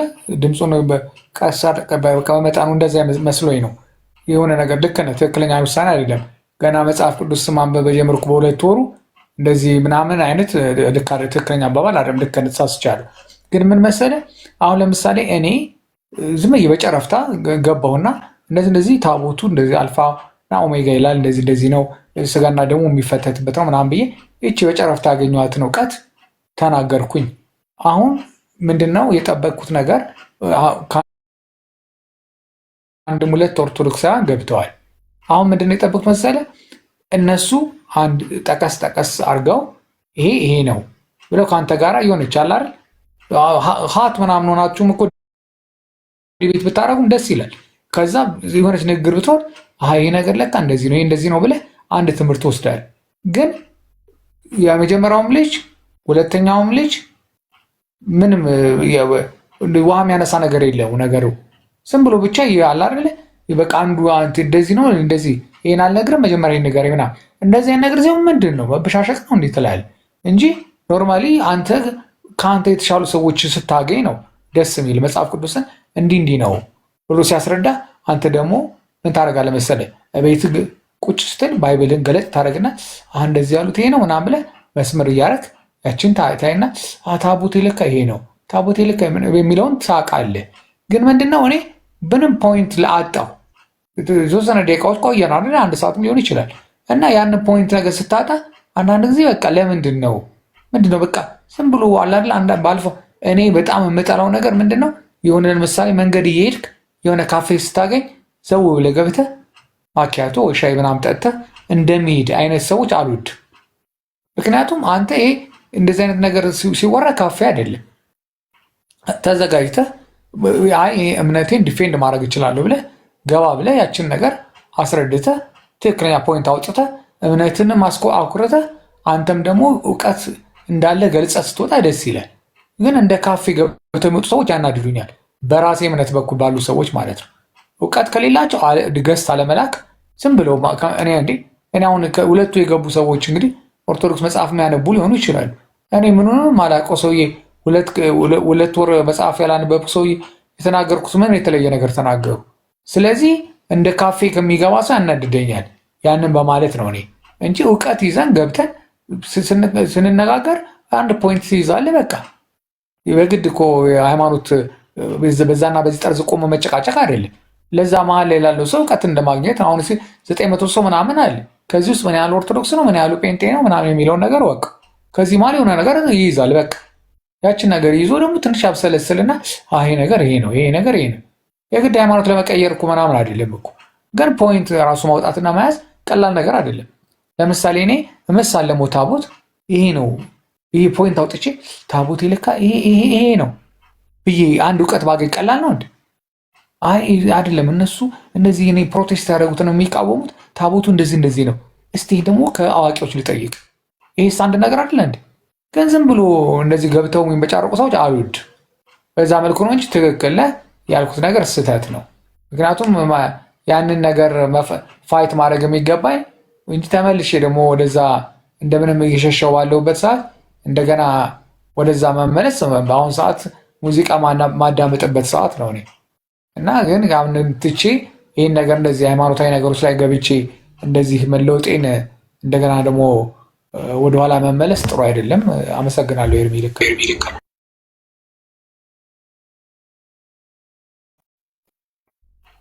ቴንክ ዩ ሪያልዬ። ውሳኔ ላይ እንዳልከው ነው፣ ትክክል አይደለም መሆንም የለበትም። ምክንያቱም አንተ አንድ ኤክስፒሪየንስ አለህ፣ እኔ ከኛ የሚልቅ የተሻለ ኤክስፒሪየንስ አለህ። በዚህ በሶሻል ሚዲያ ዓለም ላይ የምትታወቅ ሰው ስለሆንክ፣ ፖለቲካም ላይ አገራዊ ጉዳይ ላይ ስትናገር የነበርክ ሰው ስለሆንክ ከብዙ ሰዎች ጋር ባለመግባባት በመጨበቃጨቅ ኃይለ ቃል ሁሉ ተነጋግራችሁ አንቺ እናንተ ተባብላችሁ ሁሉ ስለምታውቁ ከኛ ይልቅ ከኔ ይልቅ ኤክስፒሪየንሱ አለ እዚህ የሶሻል ሚዲያ ላይ ማለት ነው። እናንተ ጋር እንደውም ሆት ኢሹዎች ይነሳሉ። በእርግጥ ሃይማኖቱም ልክ እንደዛው ነው። ሁለቱም ጋር ያ አገራዊ ጉዳይ ነው ወይ የብሔር ጉዳይ ነው። ስለዚህ ደግሞ ሃይማኖታዊ ጉዳይ ነው የሚነሳ ማለት ነው። እና እኔ የማቀርበው በማስረጃ ላይ እስካቀረብኩ ድረስ እዚህ ያለ ሰው ሰምቶ ይዳኛል። ሮያል የምታቀርበውን በመረጃ እስካቀረብክ ድረስ ሰው አይቶ ይማራል፣ ሰው አይቶ ይዳኛል። እውነት የቱ ጋር እንዳለ ያያል ማለት ነው። እውነት የቱ ጋር እንዳለ አይቶ ይዳኛል ማለት ነው። ቁጥሩ የማይናቅ ህዝብ ነው እዚህ መጥቶ የሚሰማል። አንድ ሰው ቢሆን ለአንድ ሰው በሚመጠን አይነት መልክ የቀረበው ሀሳብ ላይ በመረጃ ላይ የተደገፈ ዘመኑም ራሱ ይህንን ይጠይቃል። በመረጃ ላይ የተደገፈ ነገር ማውራት አለብን ማለት ነው። ኦኬ በቃ በታቦትና በጣዖት መካከል ልዩነት አለ ብለው የሚሉ ከሆነ ኦርቶዶክሳውያን ያሳዩ። ያንን እውቀት በመጽሐፍ ቅዱስ መረጃ እስካሳዩን ድረስ የማንማርበት አንዳች ምክንያት የለም። እያቸው ግን የሚገቡ በሙሉ ከስድብ ነው የሚጀምሩት። እኔ እናቱ በጊዜ ተኛ ነገ ትምህርት ቤት አለ ተብሎ አልጋው ላይ ገብቶ ወይ የሆነ ቅዠት አይቶ እንቅልፍ እምቢ ያለው ጎረምሳ ሁሉ መጥቶ እዚህ ባልታጠባፉ ዝም ብሎ ሲሳደብ ዝም እየታግሼ እኮ የምሰማው እኔ እኮ የተከበርኩ ሰው ነኝ። ቤተሰብ ያለኝ ልጆች ያለኝ ቤተሰቤን መመራ ማለት ነው። ግን ስለ ወንጌል ስለሆነ የምነቀፈው የምሰደበው ችግር የለም። እሱንም ችዬ ስናወራቸው ግን በአግባብ ማውራት አለባቸው። ኦኬ እኔ የኦርቶዶክስን ቤተክርስቲያን ቀደምትነቷን አክብሬ ካወራሁለት የኔ ትናንትና መጣ ምናምን ነገር ብሎ ሊያቃልል አይችልም። ትናንትና ቢመጣ ኦኬ እግዚአብሔር ቃል እውነት የለኝም ማለት አይደለም። የለም ብሎ ከናቀኝ እኔን ይሞክረኝ፣ ሌላውን ጴንጤ ተወው እኔን ይሞክረኝ። ኦኬ ሌላው ጴንጤ ዝም ይላል፣ እኔን ይሞክረኝ በመጽሐፍ ቅዱስ እውቀት ማለት ነው። ማንም ኦርቶዶክሳዊ ገብቶ ማለት ነው። ለዚህ ነው ኢንቫይት የማደርገው። ይምጡ። መጋቤ ብሉይ መጋቤ አዲስ የተባሉት ለምን አይመጡም? ኦኬ ህዝቡን በየቤቱ እየገቡ እዛ ቤት አትጉ ብለው ይላሉ። ለምን እዛ ቤት እኔ ቤት የማይገቡት? ምክንያታቸውን ሲናገሩ ህዝቡን ሁሉ መናፍቅ አደረገብን ኤርሚያስ ብለው ነው የሚያወሩት። ካህናቱ ሁሉ በየፔጁ እየገቡ ይገዝቱ እየተባሉ ማለት ነው። በስርዓት ስሜን ጠርተው በየፔጁ ማለት ነው። በጳጳሳት ስብሰባ ላይ ስሜን ጠርተው እሱ ቤት እየገቡ ኤርሚያስ የሚባል እያሉ ማለት ስሜን ጠርተው አቅም አለን ብለው ካሉ እውቀቱ አለን ብለው ካሉ ለምን ገብተው አይሞግቱ? የለም ዲቤት ስንጠራቸው ይሰርዛሉ፣ ዲቤት ስንጠራቸው ያሰርዛሉ ፕሮግራም ማለት ነው።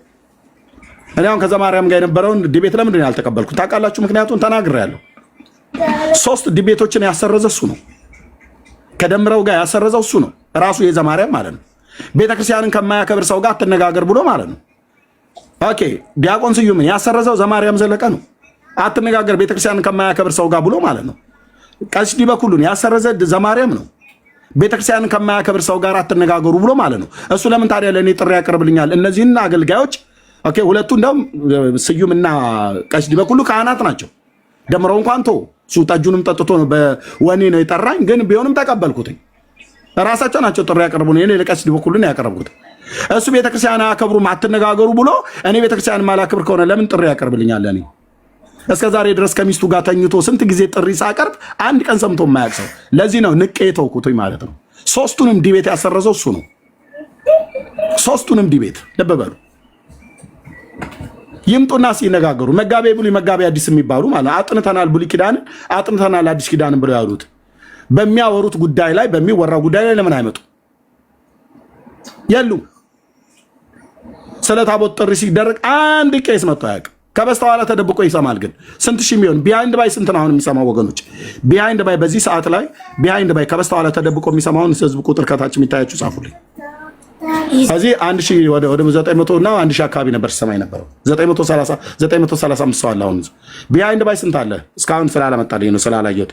1800 አይደል? ይታይ ዮኒ ቢሃይንድ ባይ 1800 ሰው አለ ከበስተኋላ ተደብቆ የሚሰማ እንደ ኒቆዲሞስ 1900 1800 ተደብቆ ይሰማልሃል። እነዚህ ውስጥ ቄሶች አሉ፣ ፓስተሮች ሁሉ አሉ። ጴንጤው ፓስተር ሁሉ ተደብቆ ነው የሚሰማው። በጌታ ወንድማቸው እንኳን ሆኜ ተደብቀው ነው የሚሰሙት። ይስማ ተደብቆ ነው ዋናው። ግን ገብተው ለምን አይነጋገሩም?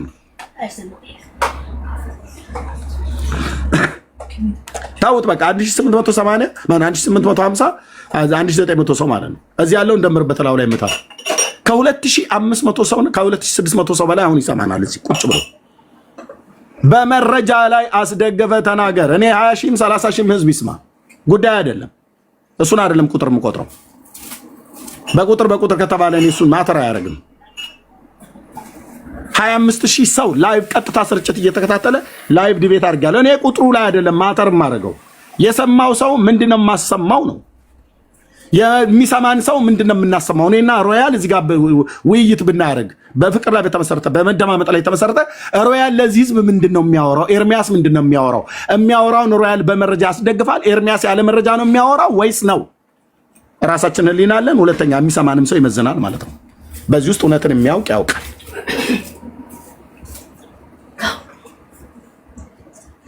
እና እንትን ነው ምንድነው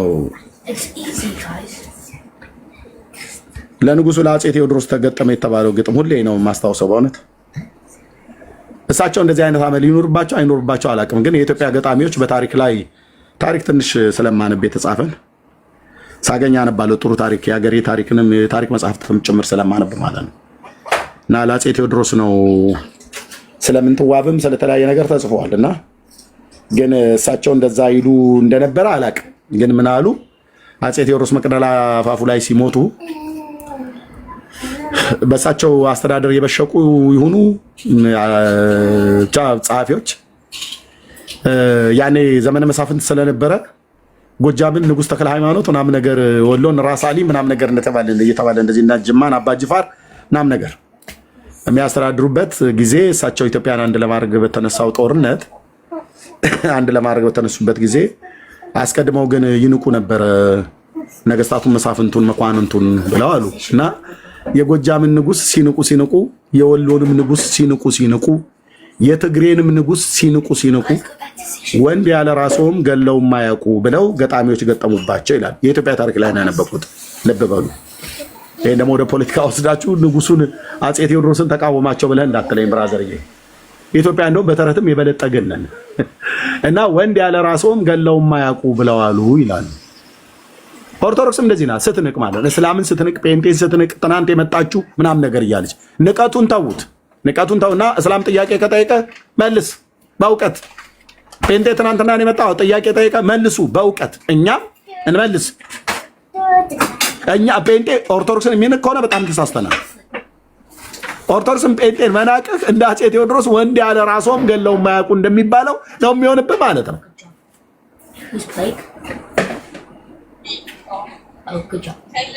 እና በመከባበር ላይ በመደማመጥ ላይ የተመሰረተ ውይይት እናደርግ ለማለት ነው። ቴንኪው ወገኖች። ወንድምነት ቤቱን ቀጠል ምዕራፍ መቀጠል ትችላላችሁ። ተባረክ። ያው መጽሐፍ ቅዱሳዊ ነው ይሄ። ክርስቲያኖች ከይሁዲ እምነት ወደ ክርስትና ከመጡ በኋላ እነ ጴጥሮስም እነ ጳውሎስም ከኪዳኑ ሕዝብ ጋር ወይ ደግሞ ከይሁዲ እምነት ካላቸው ሰዎች ጋር ይኸው አይነት ነገር ነበረ። ክስ ነበር፣ አለመግባባት ነበር፣ ግጭቱ ነበረ፣ መካሰሱ ነበረ፣ ደግሞም ግድያም ጭምር ነበር። ይሄ የዘላለም ሕይወት ጉዳይ ሲሪየስ ነው።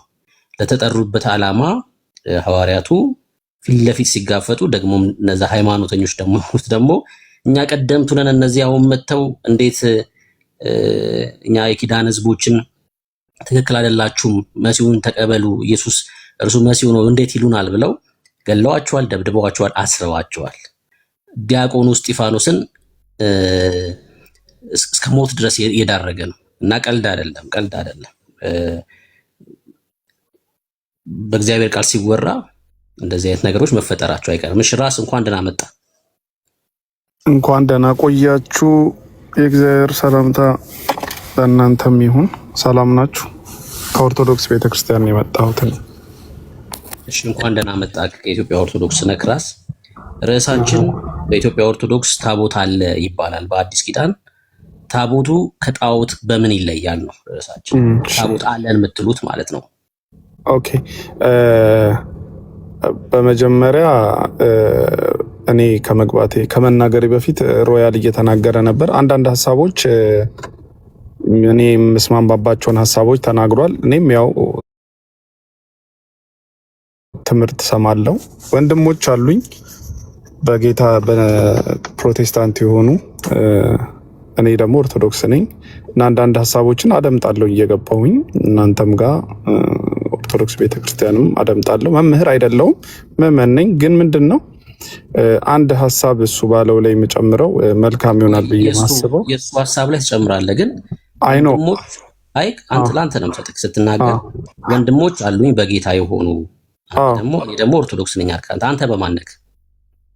ያው ፕሮቴስታንት ልልህ ፈልጌ ነው ወንድሜ እኮ ወንድም ብለህ የእናት የአባት ወንድም ፕሮቴስታንት የሆኑ ወንድሞች አሉኝ ለማለት ነው። ተረድቻለሁ። ወንድሞቼ ቃሉ ነው ያ እንደዛ ስለምትጠቀሙ እሱን ለመግለጽ ፈልጌ ነው። ፕሮቴስታንት ለማለት ፈልጌ ነው። እሺ እነሱ በጌታ አንተስ ግን በማን ነህ? እነሱ በጌታ ናቸው። ትክክል። እኛም በአብ በወልድ መንፈስ ቅዱስ በሶስትነት በአንድነት እናምናለን። ያው ዊ ኖው ዛት እና ምንድነው አንተስ በጌታ ነህ? አዎ ነኝ።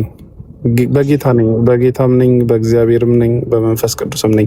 ግን ምንድነው አንድ ነገር ልናገር የፈለኩት አንድ ያለኝ ሀሳብ ተናገር ጨርስና ከዛ ጠይቃለሁ።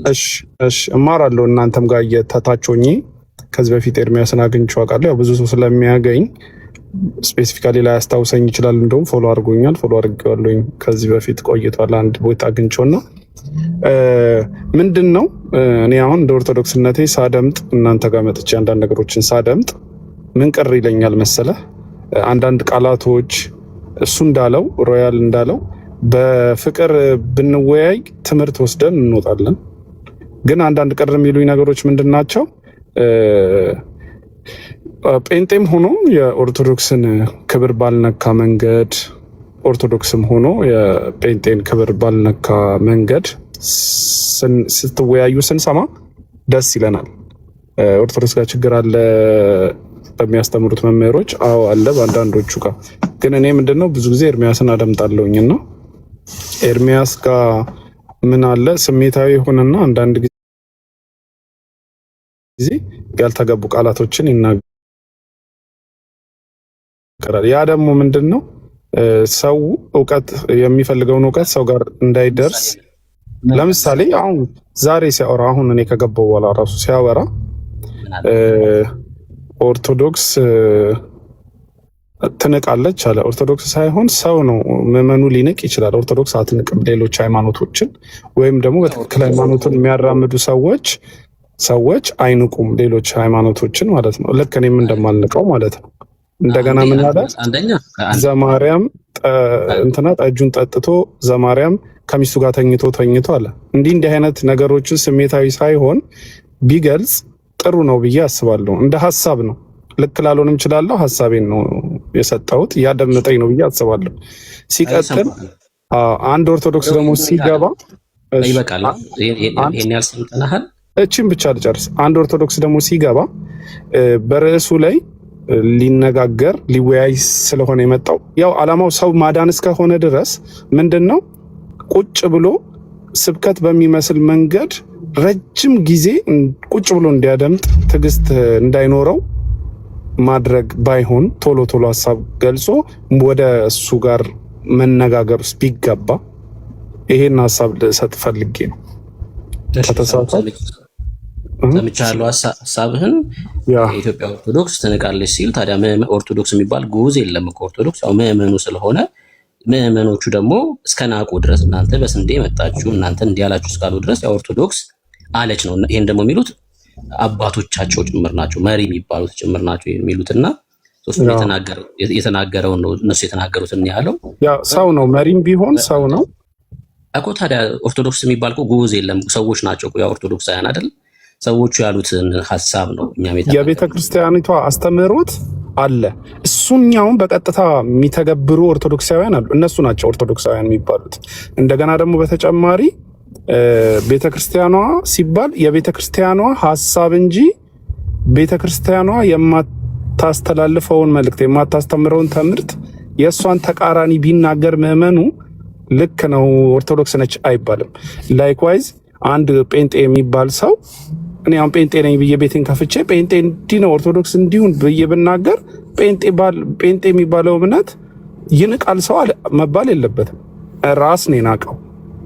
ፕሮቴስታንት ነኝ ብሎ ምክርና ሀሳብ ስለሆነ ምክርና ሀሳብ ላይ መወያየቱ ምንም እንትን የለውም። ተቀብለናል። በቃ እንደ ሀሳብ